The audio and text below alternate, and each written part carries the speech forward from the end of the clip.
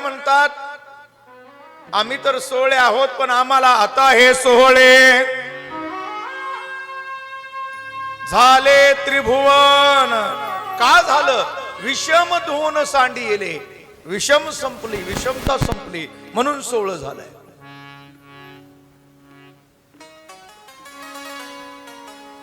आणि म्हणून त्या निमित्ताचं औचित्य साधत आपण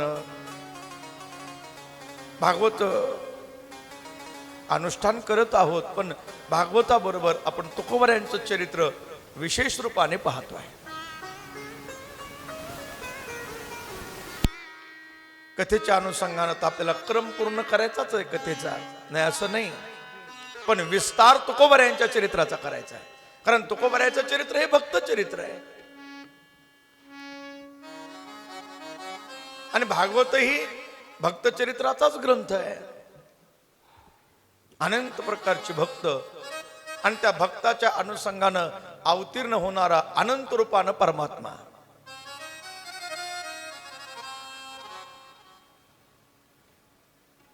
आपण काल पाहिलं, सनकादी ऋषीने नारद यजमान असताना जी हरिद्वारला कथा गायली त्यामध्ये गोकर्णाख्यान पाहिलं. सुत सौनानिकादाना नैमिषारण्यामध्ये आचार्य सुत महाराज सौनाकादी ऋषींना, ऋषी हो, जर तुम्ही काल 6 प्रश्न विचारले की परमात्मा आम्हाला पूजा करायची पण कोण्या देवाची पूजा करावी,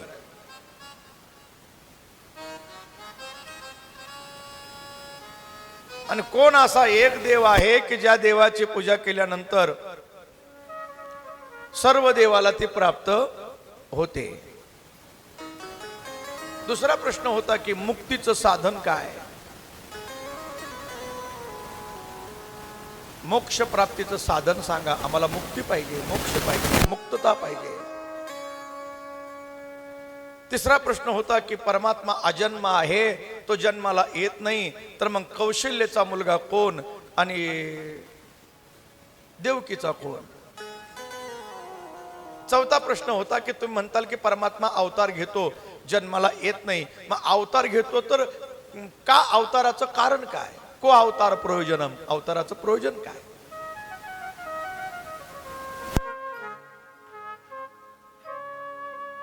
आणि पाचवा प्रश्न विचारला होता की सर्व शास्त्राचं सार काय आहे. आणि 6वा प्रश्न होता की भगवान परमात्मा धर्माचं रक्षण करण्याकरता अवतार घेतो, असं जर तुम्ही म्हणत असाल तर मग भगवान परमात्म्याची अवतार लीला समाप्त झाल्यानंतर धर्म कोणाची शरणागती पत्कारतो, धर्म कुठे जातो. आणि या 6 प्रश्नाचं चिंतन करत असताना आपल्याला श्रीमद भागवताचं स्वरूप पाहावं लागतं. पण मला या 6 प्रश्नाचा विचार करत असताना जगद्गुरु तुकोबऱ्यांच्या चरित्राचा विचार करायचा आहे.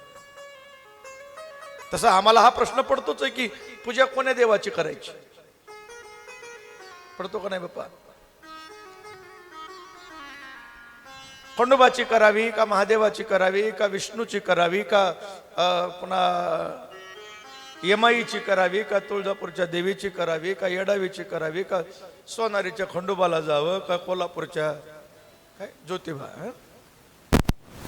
ज्योतिबाचा माऊली, आणि ते वीरला दुसरा आहे काय त्याचं नाव काय रे, मस्कुबा. हा ते पुणे जिल्ह्यातला आहे ना ब्रह्मेश. वीरला मस्कुबा, मस्कुबाला जावं का ज्योतिबाला जावं का खंडोबाला जावं का रोकडोबाला जावं. देव पुष्कळ आहेत ना, 33 कोटी देव चामुंडा, 8 कोटी भैरव रे, एवढे देव आहेत. मग राजा काका आहेत, राजा काकाला बी कोणी विचारत असं नेमकं काका कुणाला पूजा करावी, प्रश्नच आहे. आमच्या राजा काका तशी कुणाला नाराज करत नाहीत, त्याच्या आकारानं सांगते चलो दे.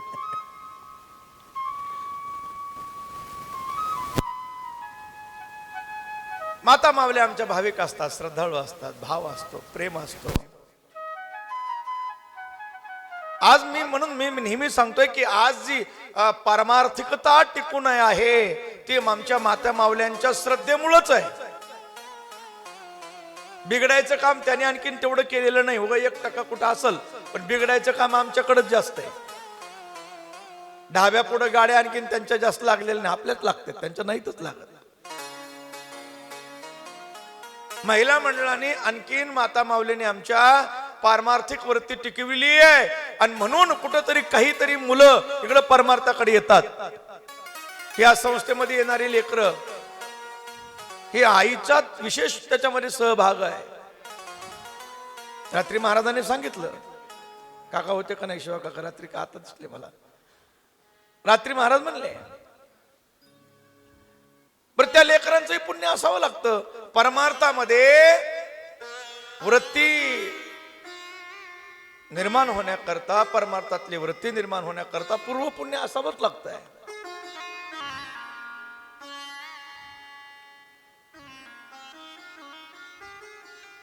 आणि म्हणून प्रश्न निर्माण होतो की पूजा कोणाची करायची. जगद्गुरु तुकोबारायांना तुम्ही विचाराल तर तुकोबाराय सांगतात की तुम्हाला जर परमात्मा म्हणून पूजायचा असेल तर तो हा देवाचाही देव. बळीया माझा पंढरी राम तो या देवाचाही देव, तो या देवाचाही देव, तो या देवाचाही देव.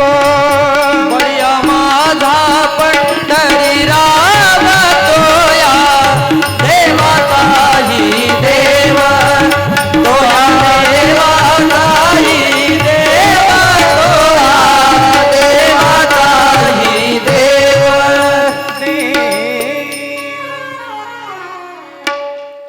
बळया माझा पंढरीराव तो या देवाचाही देव. पांडुरंगाच्या पूजेमध्ये सर्व देवताची पूजा आहे. अरे अरे नरहरी सोनार आमचे पांडुरंगाच्या दर्शनाला गेले. नरहरी सोनाराला भगवान शंकराचं दर्शन तिथं झालं. जगद्गुरु शंकराचार्य ज्या वेळेला जातात त्यावेळेला काय म्हणतात, परब्रह्मलिंगम भजे पांडुरंगम. भेदच नाहीये. ब्रह्मा विष्णू आणि महेश तशा दोन जे दैवत आपण मुख्य मानतो, एक शिव आणि विष्णू, या दोघांच्या ठिकाणी भेद नाही महाराज. भेद आम्ही करतोय. हे आमचे पोट भरण्याकरता आमचं भागत नाही ना, झोळ्या भरत नाही, त्यामुळे भेद करावा लागतो समाजात.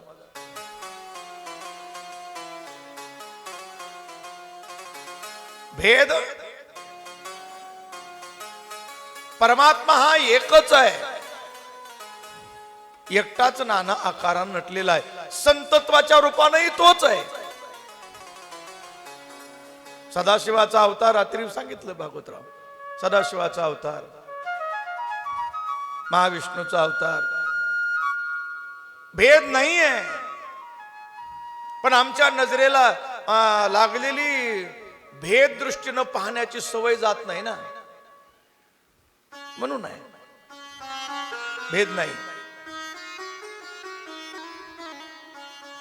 पूजा करत असताना तुम्ही कोणाचीही करा, पण त्याची पूजा करत असताना इतर देवतेचा तुम्हाला निंदा करण्याचा अधिकार कोणी दिलेला नाही. तुमची श्रद्धा ज्याच्यावर आहे त्याची करा.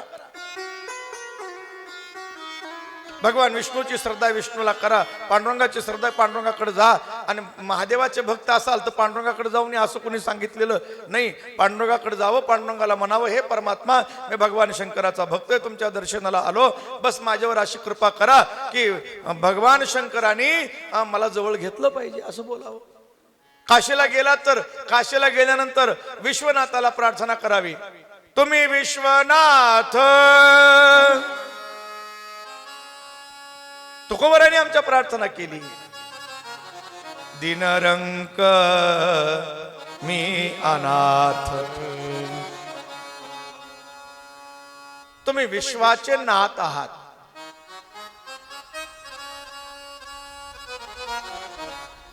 आणि आम्ही दीन आहोत, रंक आहोत, अनाथ आहोत. हे विश्वनाथ, आम्ही पांडुरंगाचे भक्त आहेत, बस परमात्म्यावर आमचं प्रेम निर्माण व्हावं एवढी मागणी करावी. जगद्गुरु तुकोबार यांची जर आपण त्यांच्या वंशातली पूर्वीची जर सेवा पाहिली,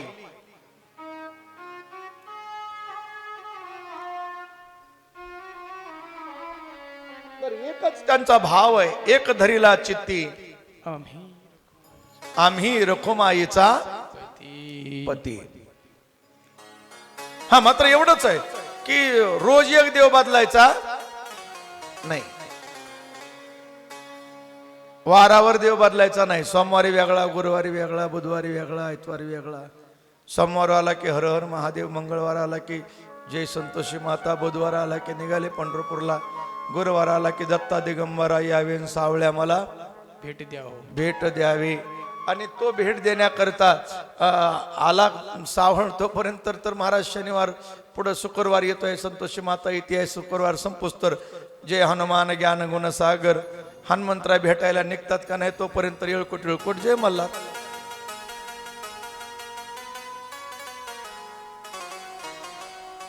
भाव सर्व देवतेवरती ठेवा, पण एका देवतेची विशेष पूजा करा आणि बाकीच्या देवतेकडे जात असतानाही आपल्या मनात ज्या परमात्म्याच्या विषयी भावना आहे त्याच्याविषयी त्यांच्याकडे याचना करा.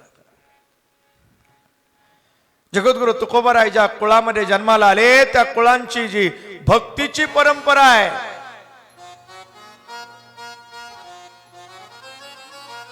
ती सामान्य परंपरा नाही महाराज.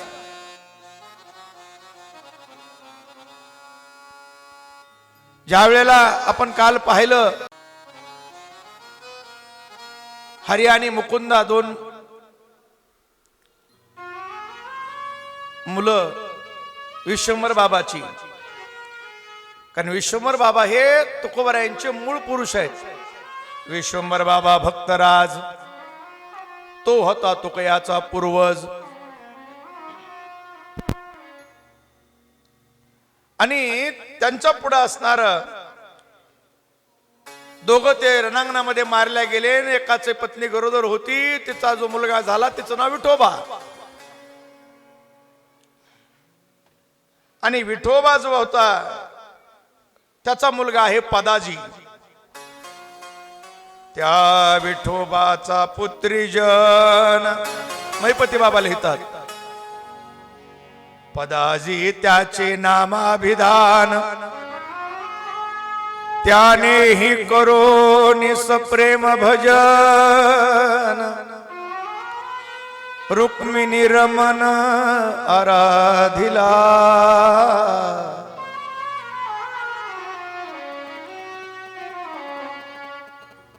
महिपती बाबांनी सुंदर तुकोबारांचे चरित्र गायले. महिपती बाबा संत कवी आहेत. विश्वंभर बाबापासून परमात्म्याची चाललेली आराधना आता पदाजी पर्यंत आली आहे. म्हणून भक्ताला जन्म घालायचं म्हणजे काही एका सप्त्याचं, एका पंक्तीचं, एका वारीचं काम नाही महाराज. परमात्मा, अरे परमात्मा हा इतकं सहज त्याची प्राप्ती होते असं नाही. आणि पदाजीचा मुलगा झाला शंकर, पदाजीचा पुत्र शंकर, त्याने पूजिला रुक्मिणीवर. कान ह्या शंकराचा कुमार बोल व्हा कुमार तयाचा, ही वंशावळी सांगितली.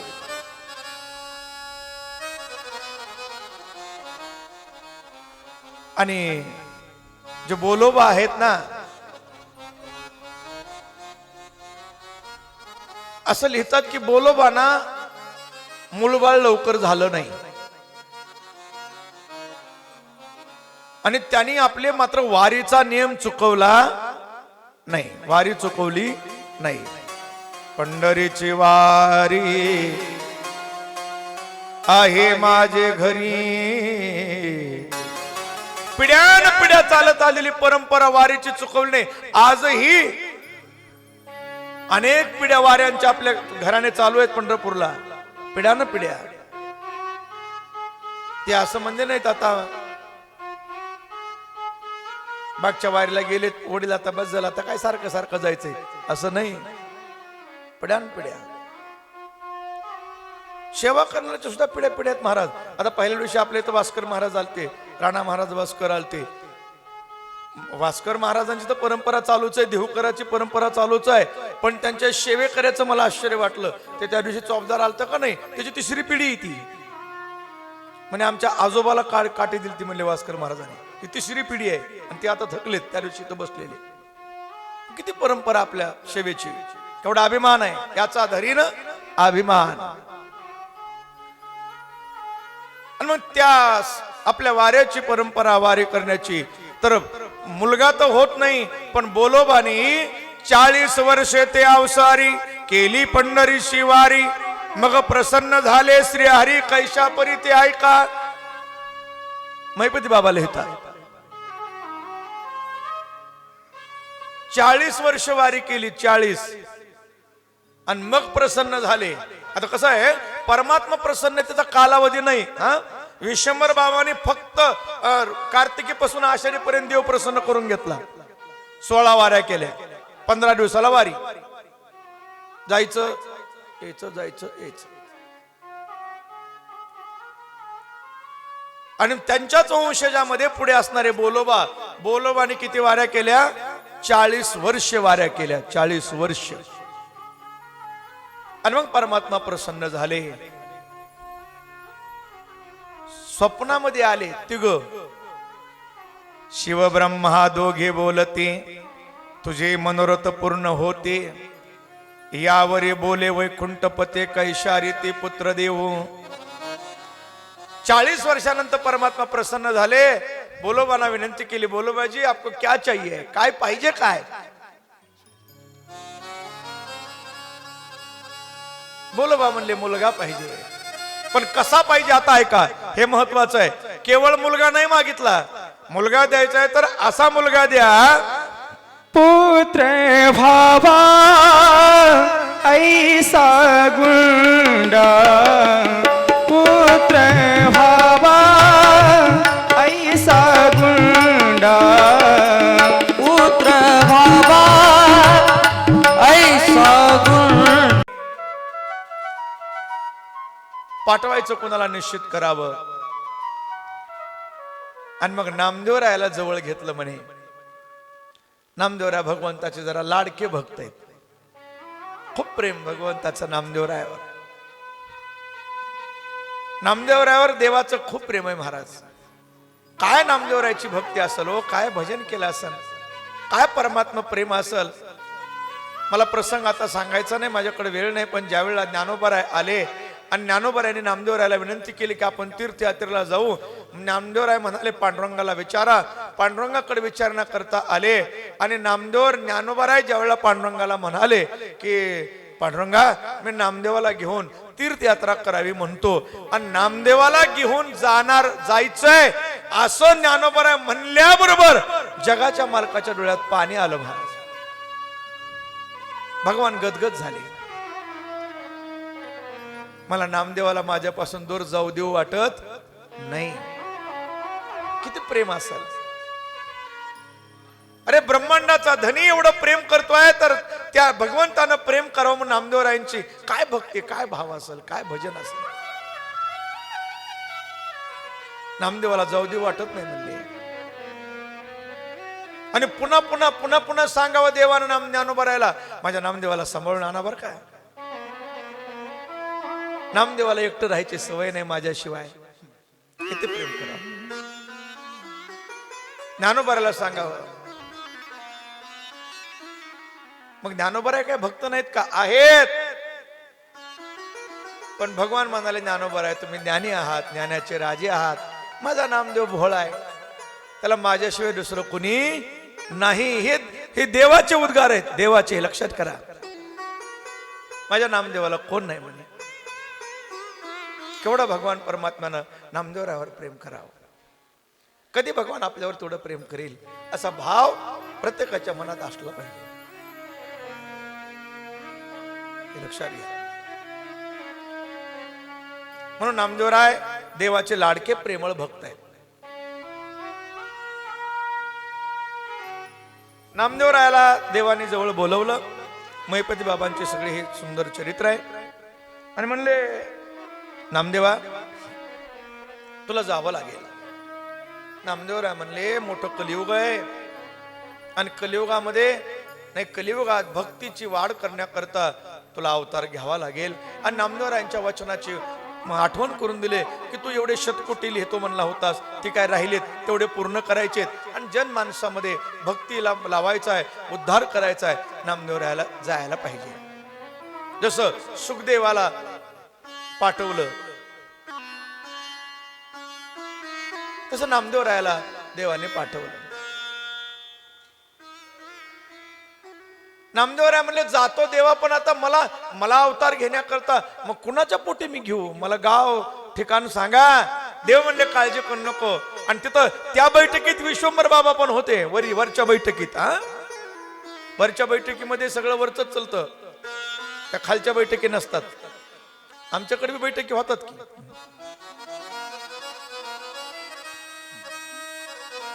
आमच्या बैठकी म्हणजे काय सांगायचं, कुणाला सुखात न राहू द्यायच्या बैठकी. ते लय भजन करले, सगळे एकत्र आलेत. बघा त्याच्यातलं कोणी फुटतोय का ती. असल्या बैठकी आहेत. नामदेवरायानं सांगितलं, देवानं सांगितलं, काळजी करू नको, कनकाई मातेच्या पोटी तुला अवतार घ्यायचा आहे दिहोला, विश्वंभर बाबाच्या वंशामध्ये. आणि मग कनकाई मातेचं जे तेज आहे,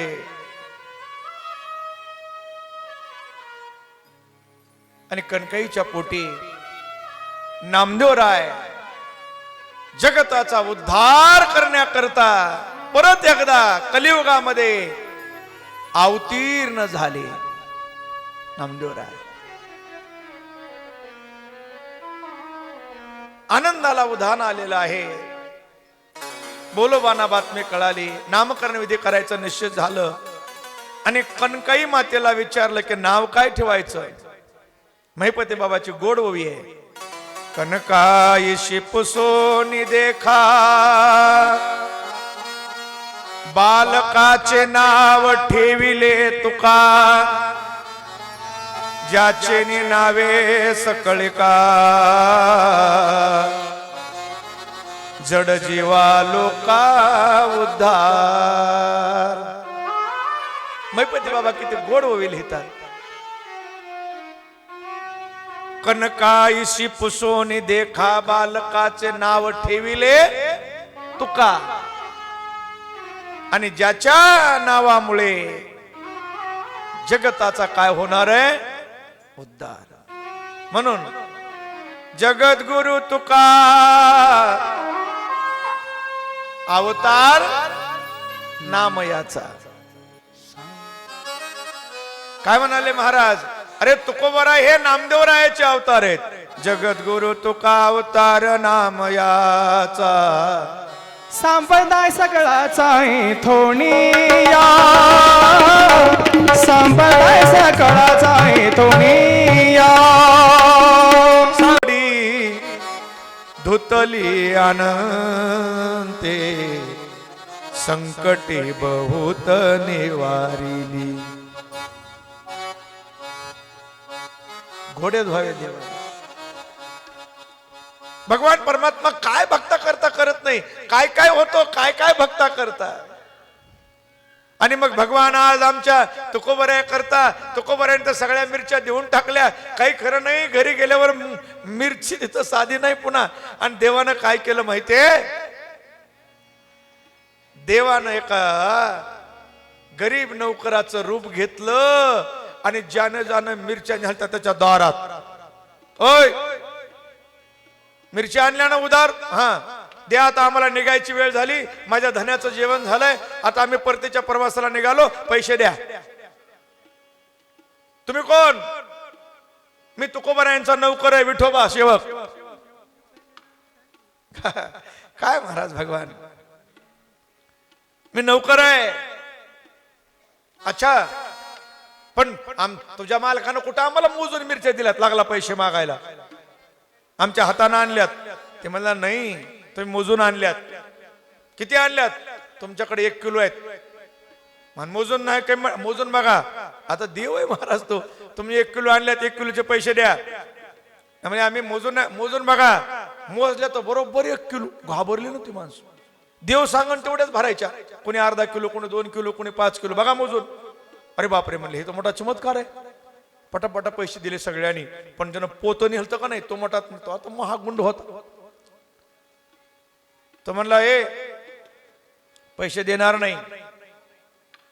मग तुझ्या मालकाकडून तसे आणल्यात. त्याने सांगितलं नाही, उधार आणल्यात. लबाड बोलायचं नाही. पैसे देणार नाही, नाही देणार. हा विठोबा सेवक काय करतो माहितीये? आपलं उपरणं काढलं, त्याच्या वरी असणाऱ्या त्या उंबऱ्याला, वरच्या दरवाजाच्या चौकटीला बांधलं आणि गळ्याला फास टाकला आणि मोठ्यानं हाक मारली, हे गावालो, मी फाशी घेणार. हे पैसे देत नाही माझ्या मालकाचे आणि मी याच्या दारामध्ये फाशी घेणार आहे. पैसे नाही दिले तर गावातले लोक पळत आले ना महाराज. हे अनर्थ होईल. यानं जर फाशी घेतली तर काय होईल? सगळे लोक त्याला बोलायला लागले, अरे पैसे देऊन टाक. हे फाशी घ्यायला लागले. भगवान काय लीला आहे. अरे देवाला फाशी घ्यायची काय गरज आहे? पण तुकोबरायला अगोदरच सांगितलं होतं, महाराज आपल्याला जनमानसासारख्या लीला करायच्या, देवासारख्या नाही.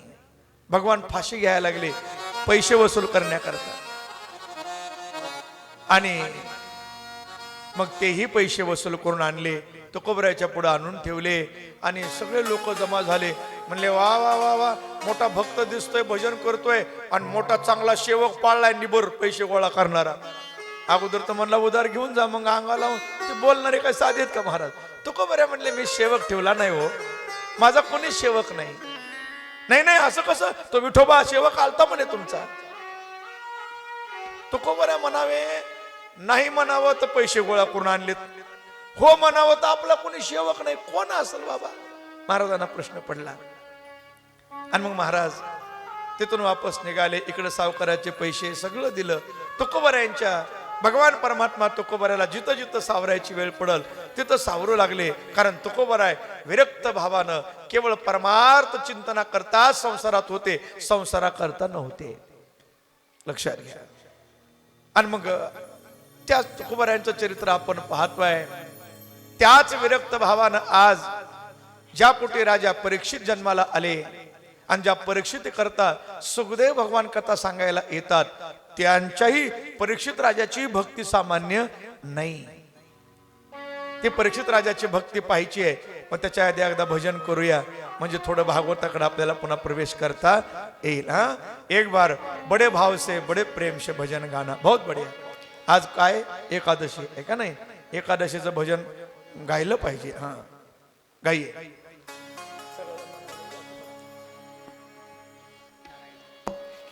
नारायण नारायण श्रीमन्नारायण नारायण नारायण. बोला नारायण नारायण श्रीमन्नारायण नारायण नारायण. हो नारायण नारायण. आचार्य सुत महाराज शवनकादी ऋषींना सांगतात, ऋषी हो, मेरे गोविंद की लीला ऐसी लीला है कि भक्ता करता परमात्मा अनंत रूप घेतो. जगत उद्धार करण्याकरता तुकोबरायाच्या रूपानं भगवान परमात्माचा आहे. तुका विष्णू नाही तुझा. म्हणे परीक्षित राजा करता सुखदेव कथा सांगण्याकरता आले. पण त्या परीक्षित राजा कोण असा भाग्यवान आहे की ज्या राजा करता सुखदेवासारखा महात्मा कथा सांगायला येतो.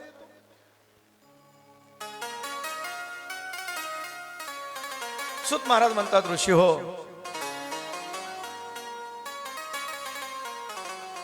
ज्या वेळेला पांडवांचं युद्ध झालं, 18 सेना गवतासारखी कापल्या गेली. शेवटचा दिवस आहे. जिकडे बघावं तिकडे रक्ताचा चिखल झालेला आहे. हजारो वीर धारातीर्थी पडलेले आहेत. आणि दुर्योधन आणखीन मेलेला नाही. दुर्योधन रक्ताच्या थारोळ्यात पडलेला आहे. मांडीला गदा लागलेली आहे. संध्याकाळची वेळ झाली की युद्ध थांबलं. कारण त्या काळात युद्ध समोरासमोर होत होतं. वकील साहेब, आमचे शेजारी वकील साहेब आलेत ना आज आरतीला, पुन्हा एवढे दूरहून साहेब आलेत.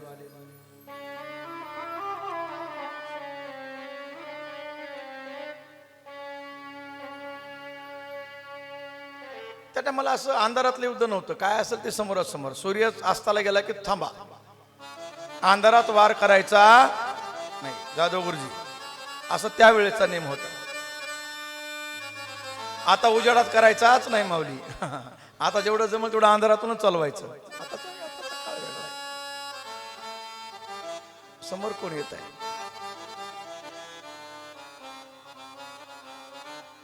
संध्याकाळी युद्ध थांबलं. सगळीकडे दुःखच दुःख आहे.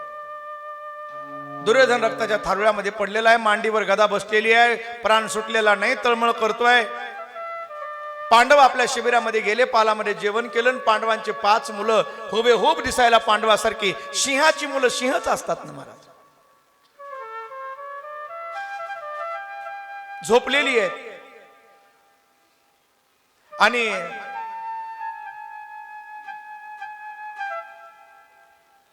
द्रौपदीला भगवंताने विनंती केली, द्रौपदी अगं मला काहीतरी बोलायचंय, पांडवांना घेऊन चल तू माझ्या बरोबर. नाही म्हणे माझे लेकरं झोपलेत, लेकराला सोडून मी येऊ कशी? मी लेकरापाशी झोपते, तुम्ही जा पांडवांना घेऊन. आणि इकडे अश्वत्थामा रणांगणामध्ये फिरू लागला की कोण आणखीन जिवंत आहे का पाहतो. आणि अश्वत्थामा फिरत फिरत फिरत दुर्योधनाच्या जवळ आला.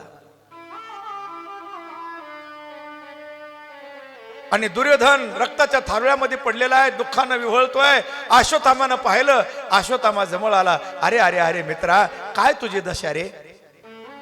सम्राट चक्रवर्ती राजा दुर्योधन आज रक्ताच्या थारोळ्यात बिना रथाचा बिना मुकुटाचा पडलाय. देखो बात समजलो माय बाप. कुणाला कधी कुठं पडावं लागतं काही सांगता येत नाही. लय अहंकार करायची गरज नाही. हम बड़ा रे रावण जैसा बडा गया. दुर्योधनासारखा एवढा मोठा सम्राट, ज्याच्याकडे एवढं सैन्य होतं, कर्णासारखा मित्र होता, 100 भाऊ होते. 100 भाऊ, एक नाही 100, सगळे गेले. हस्तिनापूर सारखी गादी होती. भीष्माचार्यासारखे महारथी होते दुर्योधनाबरोबर लढाई करायला, सगळे संपले. आणि दुर्योधन आज मातीवर लोळतोय. तर हमकीच झाड की पत्ती. अभिमान नाही करायचा. मला विस्तार जास्त करायचा नाही. दुर्योधन पडलेला आहे रक्ताच्या थारोळ्यात. आणि अश्वत्थामा गेले. अरे अरे मित्रा, काय तुझी अवस्था झाली? वाईट वाटलं काय तुझं? 100 आता ऐका आता फार बहुत बढिया बात. ध्यान न कर सुनो. आमचे शिरसट तात्या फावडे वाढून आले. बघा मी काय सांगणार आहे. शिरसट तात्या दक्ष द्या. काय दुष्टाचे विचार असतात तो महाराज, आपण कल्पना करू शकत नाही. दुष्टाचे काय विचार असतात. दुर्योधन मृत्यूच्या आता जवळ जाऊन पोहोचलाय. रक्ताच्या थारोळ्यात आहे. मांडीतून रक्त वाहत आहे. प्राण निघून जाण्याची वेळ आली आहे, तरी दुष्टाचा दुष्टपणा जात नाही. अश्वत्थामा त्याला विचारतो की अरे असं का एवढं काय दुःख आहे? काय त्यांना दुःखाचं कारण सांगावं? बघा तो म्हणतो, अश्वत्थामा माझे 100 भाऊ मेले याचं मला दुःख वाटत नाही रे, पण पांडवापैकी एक मेला नाही याचं मला दुःख आहे. काय विचार असतात दुष्टाचे? अरे मृत्यू जवळ आलाय तुला, आता मृत्यू घेऊन जाण्याच्या तयारीवर आहे आणि तू काय बोलतोस? किती दुष्टपणा आहे. म्हणून एक वाक्य लक्षात ठेवा, माणसं स्वतःच्या दुःखानं दुःखी होत नाहीत, दुसऱ्याच्या सुखानं दुःखी होतात. स्वतः पायी चाललाय याचं दुःख नाही, तो शेजारचा गाडीत कसा चाललाय याचं दुःख आहे.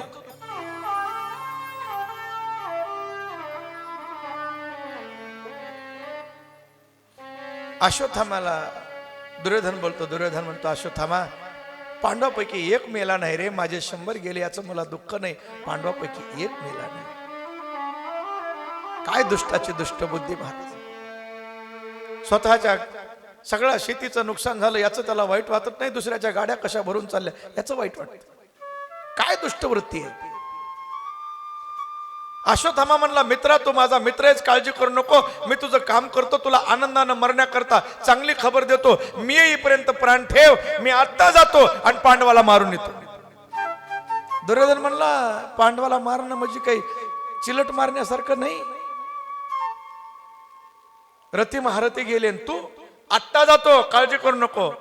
नंगी तलवार खड्ग घेतलं हातामध्ये, तलवार घेऊन निघाला दुष्ट अश्वत्थामा. दुष्टाचे मित्र दुष्टच असतात, सज्जन थोडेच असतात. ते म्हणणार आहेत का भजन कर? नाही, त्यांची चांडाळ, त्यांची चौकडी, त्याला आपण चांडाळ चौकडी म्हणतो आपल्या भाषेत. दुष्टाची मित्रता सज्जना बरोबर होत नाही. सज्जनाच्या ते दुष्टाला दुष्टच मिळत चालतात, त्यांची ते बरोबर लिंक लागत.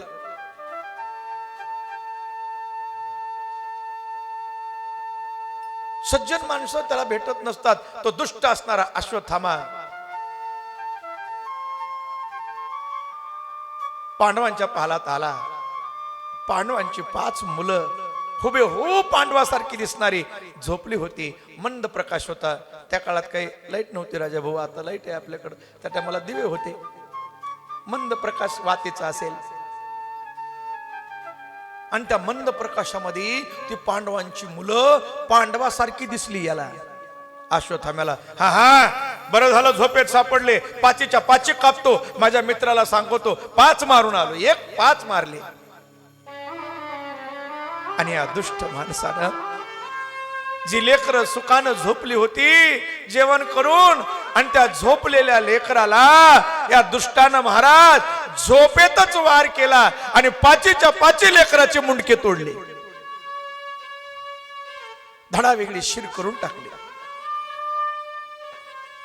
रक्ताच्या थारव्यात लेकर पडली आणि 5च्या 5 मुंडके केसाला धरून असे उचलले आणि धावत धावत दुर्योधनाकडे आला. ए मित्रा दुर्योधना, तुला आता आनंदानं मरायला हरकत नाही. एक काय 5 पांडवाला मारून आलो, 5च्या 5 कापले. दुर्योधन म्हणला 5 मारले? हा 5 मारले. शक्य नाही, 5 मारले, झोपेतच कापले. बरं झालं झोपेत सापडले, 5च्या 5 कापले. दुर्योधन म्हणला शक्य नाही, शक्य नाही. अरे तुझे पिता भीष्माचार्य कर्ण महारथी कर्ण गेले रे, पण पांडवांच्या केसाला धक्का लागला नाही आणि त्यांना तू मारलंस.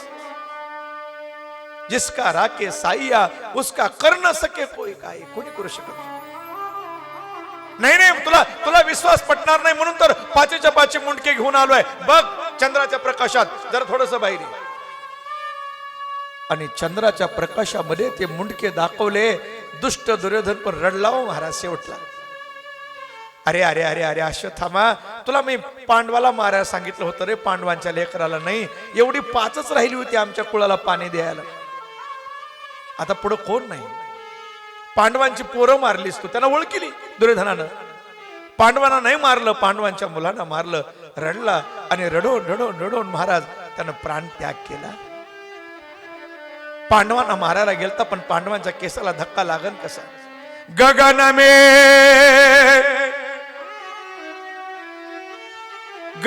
में जितने तारे उतने ही शत्रु होय, लेकिन कृपा होय रघुराज की. बालन बाका हो. काय हिम्मत आहे कुणाला. देवतारी तया मारी कोण मारतो ज्याला देव अरे ज्याचा देव सखा आहे, ज्याला देव तारणार आहे, काय हिंमत आहे. महाराज लिहितात, देव तारी तया मारी कोण, न मोडे काटा हिंडतावन. अरे वनामध्ये जरी गेला तरी ज्याला देव सखा आहे, ज्याला देव तारणार आहे, त्याला मारायची कुणाच हिंमत आहे. पांडवाला नाही मारलं, पांडवांची मुलं मारली. आणि इकडं द्रौपदीला जाग आली आणि ज्या आईच्या समोर पाचीची पाची लेकर कापले असतील, त्या आईच्या हृदयाची काय अवस्था झाली असेल महाराज. द्रौपदी रडू लागली, ओक्ष बोक्ष रडू, छाती बडवून घेते, रडते. काय माझ्या लेकराने केलं होतं, काय माझ्या बाळाने केलं होतं. द्रौपदीचं रडणं पाहिलं, पांडव धावत आले. भगवान परमात्म्यानं पाहिलं, पाचीच्या पाची लेकर रक्ताच्या थारव्यात पडली. कोण दुष्ट आहे. अर्जुन धावत गेला, अश्वत्थाम्याला पकडलं, ओढत आणलं, समोर उभा केलं द्रौपदीच्या. द्रौपदी रडू नको, थांब. तुझ्या पाचीच्या पाची लेकराला कापणारा दुष्ट दुराचारी घेऊन आलोय, याला मृत्यूदंड तर द्यायचाच आहे, पण तुझा अपराधी आहे, तुझ्या लेकराला मारलंय, सांग याला मृत्यू देऊ कसा. हत्तीच्या पायाखाली देऊ का, तुकडे तुकडे करून टाकू का, कोल्या कुत्र्याला खायला फेकू. बोल, मृत्यू तर ठरलेला आहे, पण मारू कसं. आता ऐका, आता ध्यान द्या, बहुत बढिया बात, ध्यान देकर सुनो, बहुत बढ़िया बात. मेरा गोविंद, मेरा कन्हैया, मेरा भगवान, माझा परमात्मा ज्या माऊलीवर प्रेम करत असेल, ज्या द्रौपदीला माझा भगवान बहीण मानत असेल, सखा, त्या द्रौपदीचे विचार किती उंचीचे असतील तुम्ही कल्पना करू शकत नाहीत. मेरा भगवान कुणावरही प्रेम करायला का मोकळा का महाराज गोविंद. काय द्रौपदीचे विचार आहेत. द्रौपदीने सांगितलं, मुंचता मुंचतामेश ब्राह्मणो नितराम गुरु. याला मारू नका, याला मारू नका, याला मारू नका म्हणे, नका मारू. अरे एका आईचं लेकरू गेल्यानंतर त्या आईला काय दुःख होतंय ते माझ्याशिवाय कोण जाणील. कारण माझे 5 यानं कापलेत, पण ते माझे 5 लेकर मेल्यामुळं काय दुःख होतंय तुम्हाला काय सांगणार. आणि हा याच्या आईला एकुलता एक आहे, याला जर मारलं त्याच्या आईला किती दुःख होईल. याला मारू नका हो. काय द्रौपदीचे विचार आहेत महाराज. उगाच भगवान कुणावरही प्रेम नाही करत. परमात्मा कुणावरही प्रेम करतो का. मेरा गोविंद ज्या द्रौपदीवर प्रेम करतो, काय त्या द्रौपदीचा भाव. मारू नका म्हणे. आमच्यासारखं कुणी असतं तर सोडायला सांगितलं असतं. मारू नका. अर्जुनाला पंचायत पडली, द्रौपदी म्हणते मारू नका. धर्मराजाकडे पाहिलं, धर्मराजानं सांगितलं, अर्जुना देख, जो धर्मामध्ये लिहिलंय ते नियमाप्रमाणे कर बाबा, बाकी मला काही कळत नाही. भीमानं सांगितलं, तू सोडलं तर मी मारील. नकुल सहदेव म्हणलं, हा हा भीमदादा बरोबर बोलतात, ह्या सोडण्याचा अधिकारी नाही. अर्जुनाला प्रश्न पडला, द्रौपदी म्हणते मारू नका, भीमदादा म्हणतो मारायचं. आणि मग अर्जुनानं पाहिलं, मेरे गोविंद कृष्ण कन्हैया वहा खडे ते कृष्णाकडे पाहिलं. आणि कृष्णाकडे पाहिल्यानंतर भगवान कृष्णानं सांगितलं, अर्जुना, बाल हत्यारा कोई भी हो उसे छोड़ना नहीं चाहिए, लेकिन ब्राह्मण कैसा भी हो उसे मारना नहीं चाहिए. भीम म्हणला, वारे न्यायाधीश, काय न्याय देतो म्हणे. भीमाला देवानं म्हणलोय ते माझ्या शिष्याला कळालंय, कारण तो माझा शिष्य आहे. अर्जुन शिष्य असते हम शादी मामताम प्रपन्ना. त्याला मला माझी भाषा त्याला कळते. आणि मग अर्जुनानं काय केलं महाराज, शमंतक मणी त्याच्या काढून घेतला, त्याचा अपमान केला, लाथ मारून त्याला हाकालून दिलं. अपमान झाला. अब ध्यान द्या, दुष्टाची दुष्टबुद्धी कशी असते. अरे जीवनदान मिळालं जाणं सुखानं, पण अपमान केला म्हणून त्याला म्हणला मला जीवनदान दिलं, पण या पांडवांनी माझा अपमान केला, मी यांच्या वंशाला दिवा ठेवणार नाही, कुणाला दीपक ठेवणार नाही. आणि पुन्हा हसायला स्वतःच म्हणला, कोण राहिलाय, 5 होती ती बी मारली. आणि पुन्हा लक्ष, अरे अरे अरे हा मुझे पता है, ओ अभिमन्यूची पत्नी उत्तरा गर्भवती आहे आणि तेवढा एकमेव कुलदीपक आहे, बस त्याला बी सोडणार नाही. आणि या दुष्टानं महाराज, ज्या बाळानं जन्म घेतला नाही, ज्या बाळानं पृथ्वी पाहिली नाही, ज्या बाळाला काय कल्पना या जगताची, त्या गर्भामध्ये असणाऱ्या बाळाला मारण्याकरता या दुष्ट विचाराच्या अश्वत्थाम्यानं ब्रह्मास्त्र सोडलं. ब्रह्मास्त्र धावत उत्तरेच्या लक्षात आलं की ब्रह्मास्त्र येतंय आणि कुळाचा नाश होईल. उत्तरा धावत भगवंताकडे आली. कृष्ण कृष्ण महाभाव, हे कन्हैया, हे गोविंद, हे परमात्मा, हे पांडवाच्या सख्या, भगवान मी मृत्यू पावेल याची मला काळजी नाही, पण माझ्या कुळामध्ये एकमेव पांडवाचा वंशज आहे, तो संपेल. भगवंताला विनंती केली आणि जगाचा मालक परमात्मा गदगद झाले महाराज. डोळ्यातून पाणी आलं भगवंताचे. भगवान म्हणले काय केलं रे या बाळानं? ज्या बाळानं आणखीन जन्म घेतला नाही त्या लेकराला मारण्याकरता ब्रह्मास्त्र, आणि ब्रह्मास्त्रापासून वाचायचं असेल तर पर्याय एकच आहे, त्याला हात जोडून वंदन केलं पाहिजे. या बाळाला कोण सांग?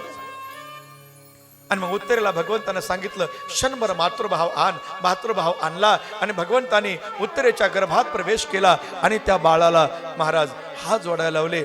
ब्रह्मास्त्र वापस गेलं.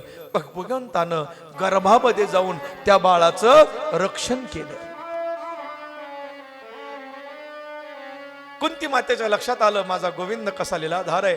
आणि मग कुंती माता म्हणली देवा आता मला कळालं तू देव आहेस, तू देव आहेस. हा नाही नाही बुवा, मी तू माझी आत्या आहेस आणि मला देव म्हणतेस? नाही कळालं मला तू देव आहेस. कळालं ना, मग आता मी देव आहे ना, मागा माझ्याकडं काय पाहिजे ते देतो. आज पांडवाला मागायला सांगितलं. काय मागितलं महाराज?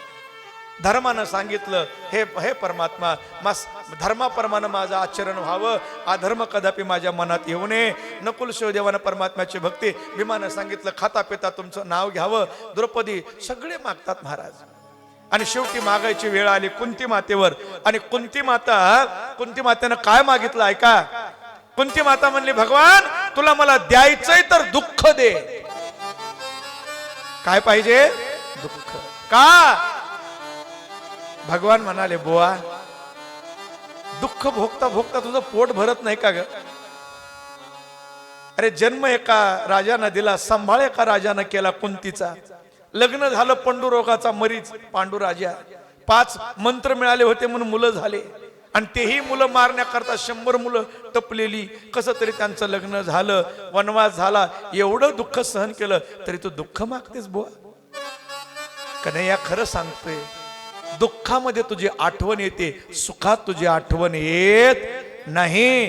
कुंती माता म्हणते पांडव वनवासामध्ये आहे पण अखंड परमात्म्याचं ध्यान. पाहते पांडव अखंड वनवासी. पाहते पांडव अखंड वनवासी. पाहते पांडव अखंड वनवासी. पाहते पांडव अखंड वनवासी. पाहते पांडव अखंड वनवासी. पाहते पांडव अखंड वनवासी. बोला पाहते पांडव अखंड वनवासी. केला म्हणलं काय फरक पडते बरं भगवंताने वेळेवर पाऊस कवा तरी पाडतेच का नाही? व आता मध्ये पाडला तिकडून आमच्या थोड्या होळ भागात थोडा इकडून पडला. तिकडे त्या दिवशी आम्ही कीर्तनला गेलो पिंपरीला आमच्या शिरसट्टाच्या. पाऊस बाहेर निघू दे एवढा पाऊस. आता काय नुकसानच आहे की हो. आता कधीतरी पाडण्यापेक्षा त्याने वेळेवर पाडला तर काय त्याचं बिघडल का? कवा तरी पाडतोय की. पुन्हा आम्ही बारकाईने विचार केला वेळेवर जर पाऊस पाडला, व्यवस्थित जर पीक पाणी आलं आणि जर खिसा गरम झाला तर मंदिराकडे नीट पाया पडायला येत. बरं पाया पडाय नका काही ना पण नीट चलत सुद्धा नाहीत. मग भगवान काय करतो जरा थोडं ठेवतोय जरा आकारात. म्हणजे मरू द्यायचं नाही पण लई चलू द्यायचं नाही, थोडं आकारानं चलवित परमात्मा. भगवान लीला झाला.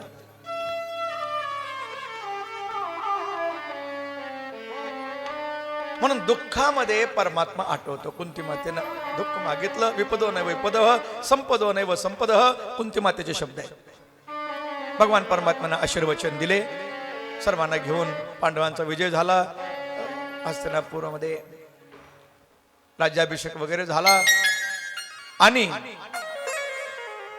धर्मराज राजा झाले. पण धर्मराजानं समोर पाहिलं पांढऱ्या वस्त्रामध्ये फिरणाऱ्या कौरवाच्या पत्न्या, अनाथ झालेली बाळ, धर्मराजा परत दुःखी झाले, रडू लागले. धर्माचा अंतःकरण आहे. भगवान जवळ गेले, रात्रभर गीता सांगितली, काही फरक पडला नाही. आणि मग दुसऱ्या दिवशी सकाळी भगवंतानं विचार केला, पांडवांना उपदेशाची गरज आहे. आणि म्हणून 5 पांडव, द्रौपदी, कुंती माता या सर्वांना घेऊन कुणीकडे निघाले? भीष्माचार्याकडे. भीष्माचार्य कुठे आहेत? कुरुक्षेत्रावर रणांगणावर पडलेत, बाणाच्या शय्येवर आहेत. रोमारोमामध्ये बाण टोचलेला आहे. मला आता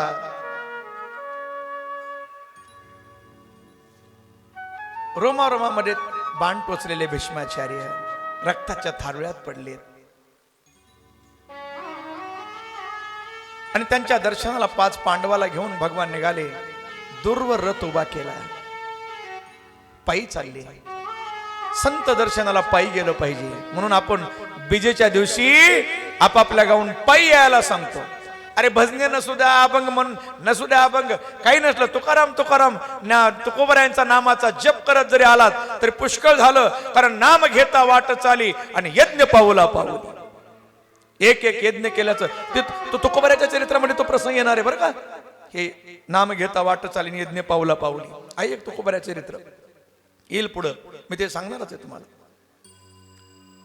भगवान पायी आले.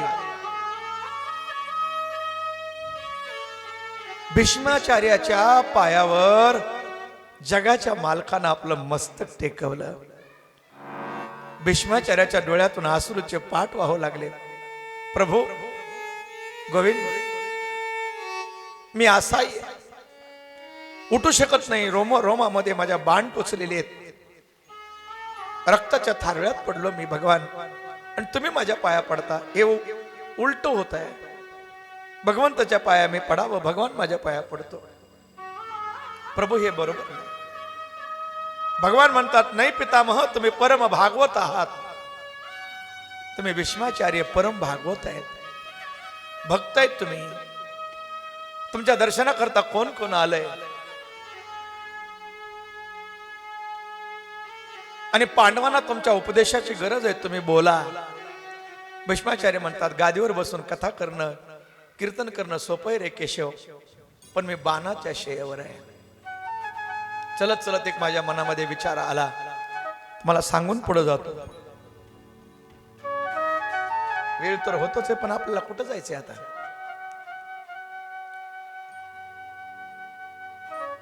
भीष्माचार्यासारखा एवढा महापराक्रमी वीर, केवढा त्याग. प्रतिज्ञा म्हणलं की भीष्माचार्याचं नाव डोळ्यासमोर येतो. केवढा त्याग. आपल्या वडिलांकरता ब्रह्मचर्य तो स्वीकारलं आणि गादीचा सांभाळ करण्याचं वचन शेवटच्या श्वासापर्यंत पाळलं. केवढा त्याग, केवढी विरक्ती.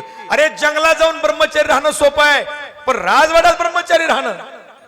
जवरी तवरी वैराग्याच्या गोष्टी, जव सुंदर वनिता दृष्टी देखील नाही बाप. महाराज लिहितात, जवरी तवरी समुद्र करी गर्जना, जव अगस्ती ब्राह्मणा देखील नाही बाप. असं वर्णन आहे. सोपं आहे ते. एवढे विरक्त ब्रह्मचारी त्यागी. ऐका, 2 मिनिटाचं चिंतन आहे.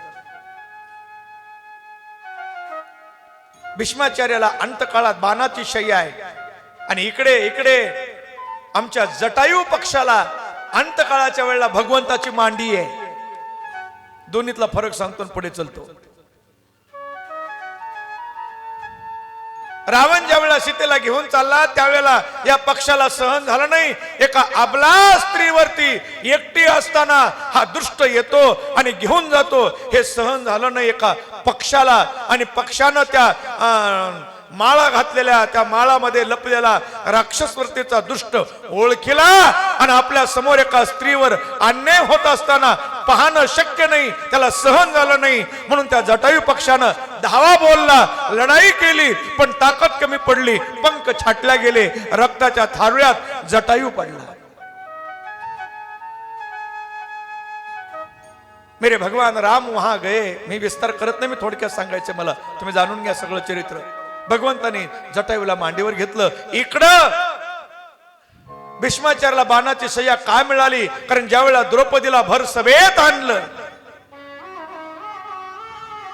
त्या टायमाला भीष्माचार्य तिथं होते आणि भर सभेमध्ये या दुष्ट दुर्योधनानं आदेश दिला, हिचं वस्त्र फेडा, निर्वस्त्र करा. आणि एका भर सभेमध्ये एका स्त्रीला निर्वस्त्र करणं हे योग्य आहे का? आणि त्या टायमाला भीष्माचार्याच्या अंगात सामर्थ्य होतं, पण भीष्माचार्याने रोखलं नाही, खाली मान घातली. म्हणून एका स्त्रीवर अन्याय होत असताना सहन केला भीष्माचार्याने. म्हणून अंतकाळाला बाणाची शय्या आणि एका स्त्रीवर अन्याय होताना आमच्या जटायू पक्षानं सहन केलं नाही, म्हणून त्याला अंतकाळाच्या वेळेला भगवान परमात्म्याची मांडी आहे, हे लक्षात घ्या. मला त्याचा विस्तार करायला माझ्याकडे वेळ नाही आता, पण मी तुमच्या समोर फक्त विषय मांडून दिला. पुन्हा कधी आपण याच्यावर बोलू. भीष्माचार्य बाणाच्या शय्येवर आणि भीष्माचार्याने सुंदर उपदेश पांडवांना केला. दान धर्मान, राजधर्मान, मोक्ष धर्मान, स्त्री धर्मान विभागशः. म्हणले राजानं कसं राहिलं पाहिजे, माणसानं दान धर्म केला पाहिजे. पहिलं सांगितलं दान धर्मान. ग्रस्त आश्रमामध्ये दान करना बहुत जरुरी है, आणि अन्नदान तर केलंच पाहिजे. घरात शांती पाहिजे असेल तर. म्हणून आपण अन्नदानाच्या ज्या तुकोबऱ्यांच्या महापूजा सुरू केल्या, रोज अभिषेक, हे निष्पाप लेकरं गीतेचा पाठ करतात, हरिपाठ करतात, आणि यांच्या मुखामध्ये आपलं अन्न जातंय, त्याचं साधं पुण्य का महाराज? येथे एक शीत दिदल्या अन्न, कोटी कुळाचे होय उद्धरण, कोटी याग होती पूर्ण, ऐसे महिमान या तीर्थाचे. ही साधी गोष्ट नाहीये या लेकरांच्या मुखामध्ये अन्न देणं, पण हे कुणाच्या बी हातून घडत नाही. ग्रस्त आश्रमाचा नियम असा आहे, 10% रक्कम दान केली पाहिजे. माणसं म्हणते 10% जास्त होती, 1% वर तरी या. आमच्या राजा काका म्हणले, महाराज आपण महिला मंडळांच्या संकल्प नारळ त्यांच्या याच्या करता देतोय, आपण दुसरा काही येतो नाही. त्या नारळाच्या रूपानं ह्या आमच्या मावल्या वर्षभर घोकतात की आता बीजेचा सोहळा येईल, आपला तिथं जायचंय आणि हा रुपया रोजचा जमा केलेला द्यायचा आहे. मग आमच्या अंबाजोगाईच्या एकताई आल्या. यावर्षी त्यांना खूप अडचण काहीतरी आली, सनबाईचं बाळातपण वगैरे, येता येणार एक दिवस तरी जावं. महाराज कर्माना गेले, रोज इकडलीच आठवण आहे, आता पण येता येणार. पण जरी शरीरानं त्यांना येता आलं नाही तरी त्या मनानं इथं आलेल्याच आहेत, शरीरानं नाही येता आलं तरी. आणि पुन्हा इथं येऊन मला शेवटच्या दिवशी बी यायला मिळेल का नाही, नारळ न्यायचं राहील पुढच्या वर्षीच. केवढा भाव आहे, म्हणजे वर्षभर याची आठवण राहते, या परमार्थाची तुकोबऱ्यांची आठवण राहते. म्हणून ते नारळ आपण देतो. संकल्प, मनाची इच्छा तर पूर्ण होतेच.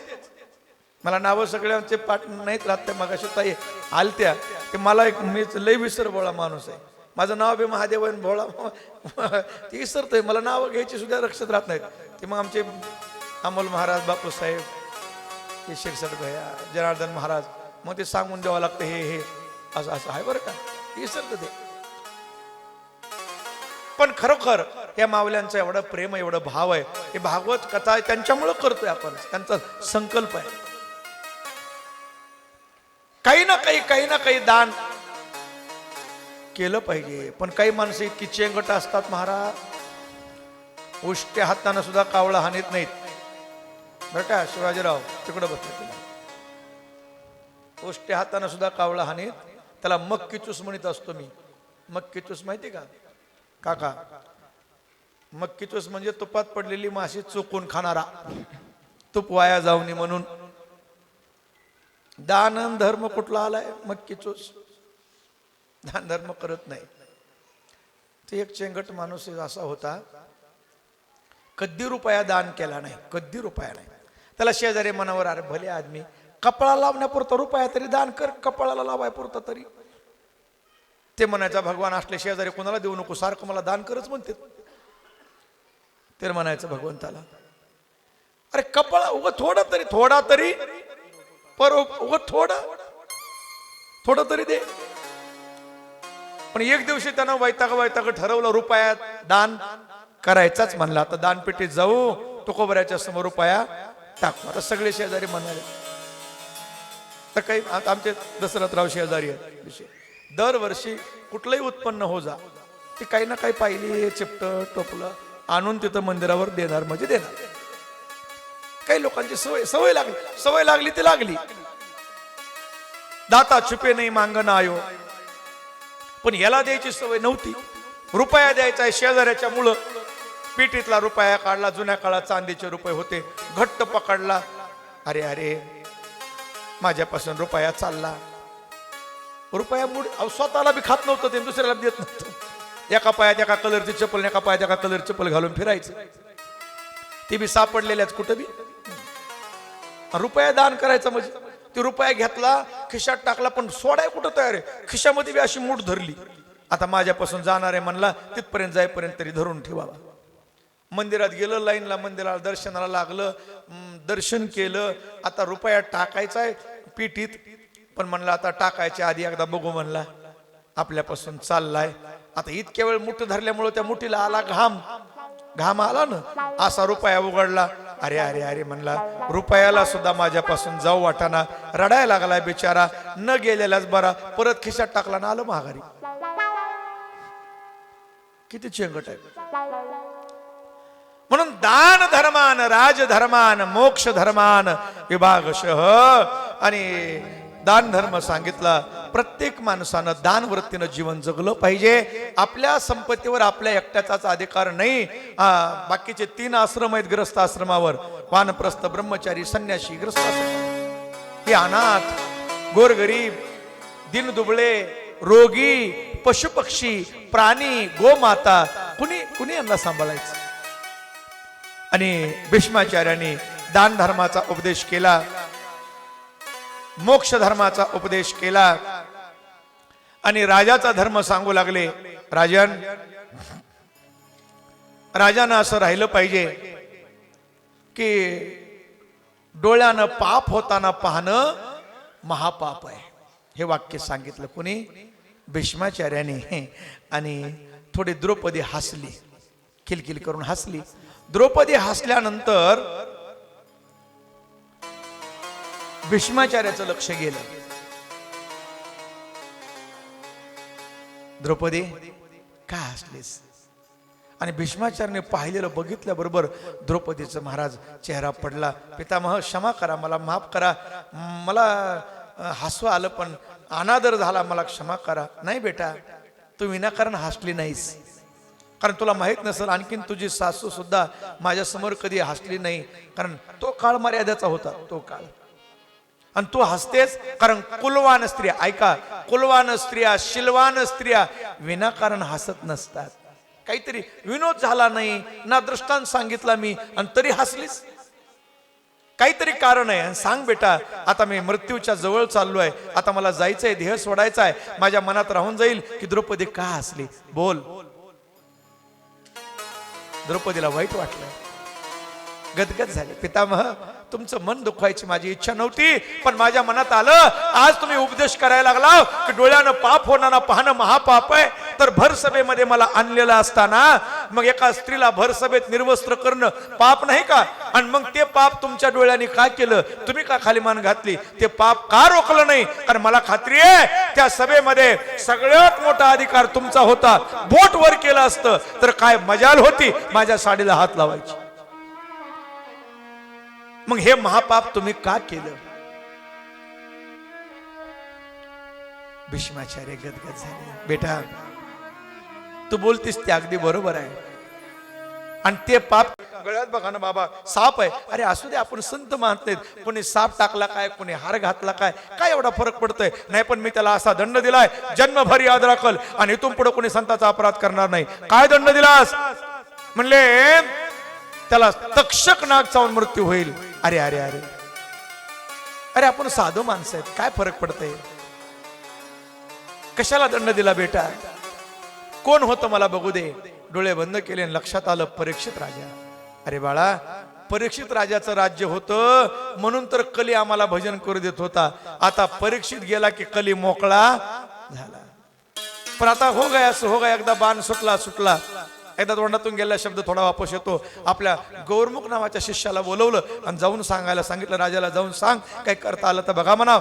गौरमुख नावाचा शिष्य गेला, राजाला सांगितलं, राजन आमच्या गुरुबंधून तुम्हाला शाप दिलाय. इकडं राजा घरी आला, डोक्यावरला मुकुट काढून ठेवला आणि डोक्यात लख्ख प्रकाश पडला. बापरे, मी संतांचा अपराध केलाय.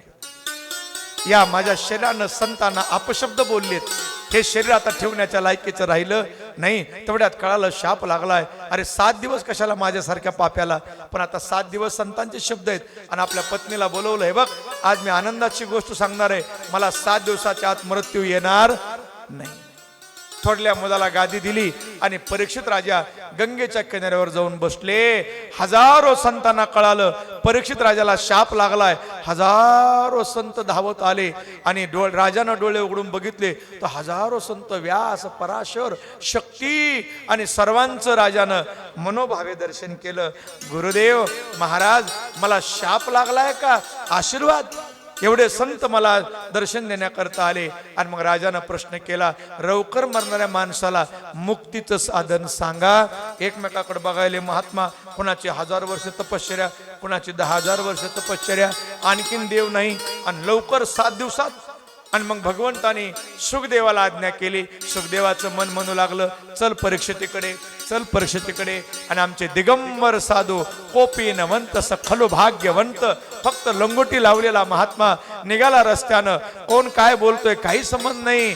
आणि परीक्षित राजापाशी सुखदेवजी आले. आणि सुखदेवजी आल्याबरोबर सर्वजण उठून उभं राहिले, सर्वांनी वंदना केली. बोलिये सुखदेवजी महाराज जय. आणि सुखदेव व्यासपीठावर बसले. राजानं पूजा करायला सुरुवात केली.